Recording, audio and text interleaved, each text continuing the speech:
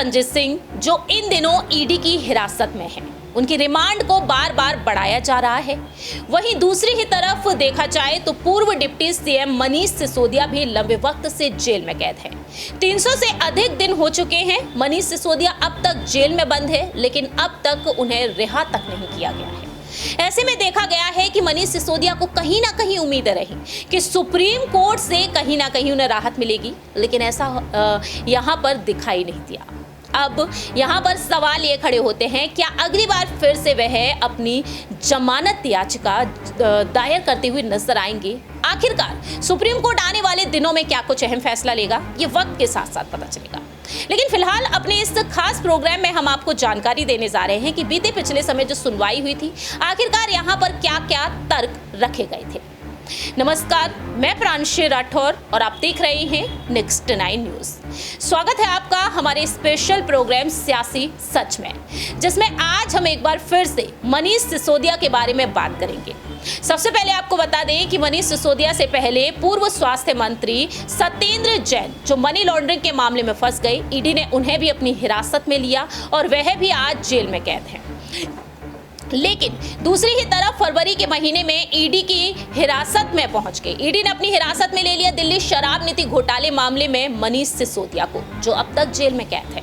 हालांकि दिवाली के समय वह जेल से बाहर किए गए, लेकिन कुछ ही घंटों के लिए, क्योंकि वह अपनी बीमार पत्नी सीमा से मिलना चाहते थे।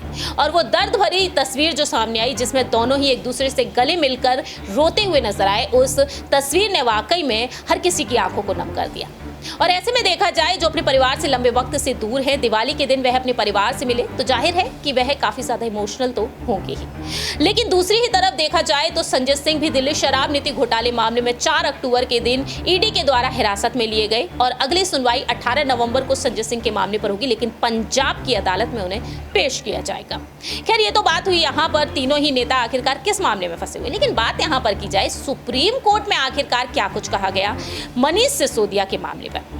दरअसल आपको बता दें कि जो ईडी की तरफ से वरिष्ठ वकील पेश किए गए थे, उनका कहना रहा कि आम आदमी पार्टी को दोषी बनाए जाने पर विचार विमर्श चल रहा है। Prevention of money laundering act की धारा 74 के तहत यहाँ पर विचार विमर्श किया जा रहा है और आने वाले समय में इस पर कोई अहम फैसला लिया जा सकता है, क्योंकि आम आदमी पार्टी के संयोजक और दिल्ली के मुख्यमंत्री अरविंद केजरीवाल का कहना रहा कि कहीं ना कहीं उनकी पार्टी को पूरी तरीके से खत्म करने की कोशिश की जा रही है।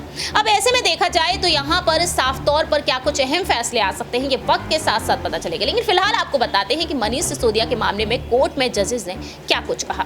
सबसे पहले आपको बता दें कि यहाँ पर साफ तौर पर कहा गया कि किसी अपराध के लिए दोषी ठहराए जाने से पहले हिरासत में लेना या जेल जाना बिना सुनवाई की सजा नहीं बन जाना चाहिए।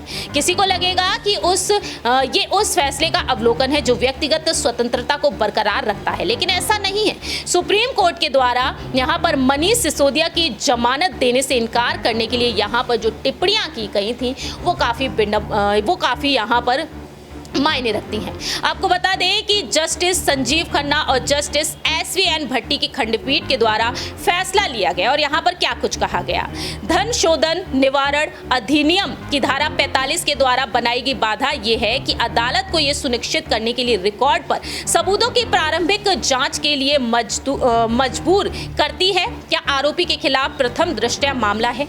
मनीष सिसोदिया मामले में दिलचस्प पहलू रहा कि यहाँ पर CBI और ED के अधिकांश आरोपों को प्रथम दृष्टया स्तर पर खारिज करने के बावजूद अदालत ने उन्हें जमानत देने से इनकार कर दिया।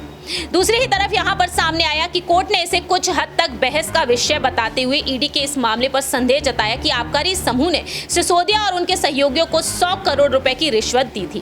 कोर्ट ने कहा कि गोवा चुनाव के लिए आपको 100 करोड़ रुपए से 45 करोड़ रुपए की कथित ट्रांसफर में सिसोदिया की संलिप्तता के बारे में कोई विशेष आरोप नहीं है।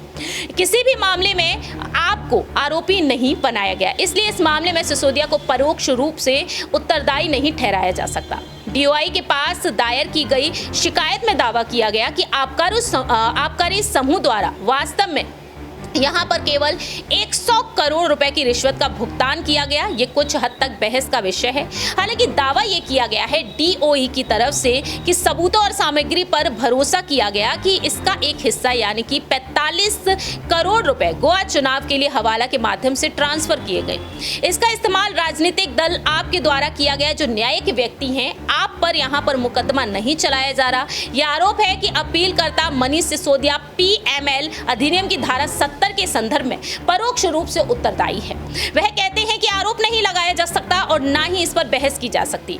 अदालत ने ईडी के आरोप को स्वीकार करने से इनकार किया और यहां पर बिचौलिए दिनेश अरोड़ा के माध्यम से अमित अरोड़ा के द्वारा मनीष सिसोदिया को रिश्वत के रूप में 2 करोड़ रुपए का भुगतान किया गया है, क्योंकि इस तरह का आरोप विधेय अपराध में सीबीआई के द्वारा अंतिम रिपोर्ट में अनुपस्थित है। कोर्ट ने यहां पर प्रस्ताव पर संदेह व्यक्त किया कि रिश्वत लेना अपने आप में मनी लॉन्ड्रिंग का अपराध है और यहां पर तर्क रहा थोक आबकारी वितरकों के द्वारा किए गए कथित गैरकानूनी लाभ पर सिसोदिया का रचनात्मक कब्जा होना चाहिए। अदालत को ये पसंद नहीं आया। लेकिन दूसरी ही तरफ देखा गया कि फैसले के पैराग्राफ 15 में क्या कुछ कहा गया। यहां पर प्रथम दृष्टया में गोवा के लिए आपको 45 करोड़ रुपए के ट्रांसफर में प्रत्यक्ष और अप्रत्यक्ष रूप से अपीलकर्ता मनीष सिसोदिया की संलिप्तता पर विशिष्ट आरोप के रूप में स्पष्टता की कमी।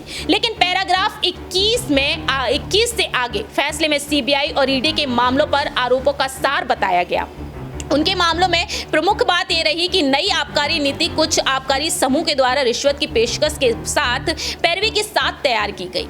यहां पर अदालत ने सीबीआई के आरोप को दर्ज की थोक वितरकों के द्वारा 7% कमीशन शुल्क की 338 करोड़ रुपए की अतिरिक्त राशि लोक सेवक को रिश्वत देने से संबंधित भ्रष्टाचार निर्माण अधिनियम की धारा 7 के तहत परिभाषित अपराध किया।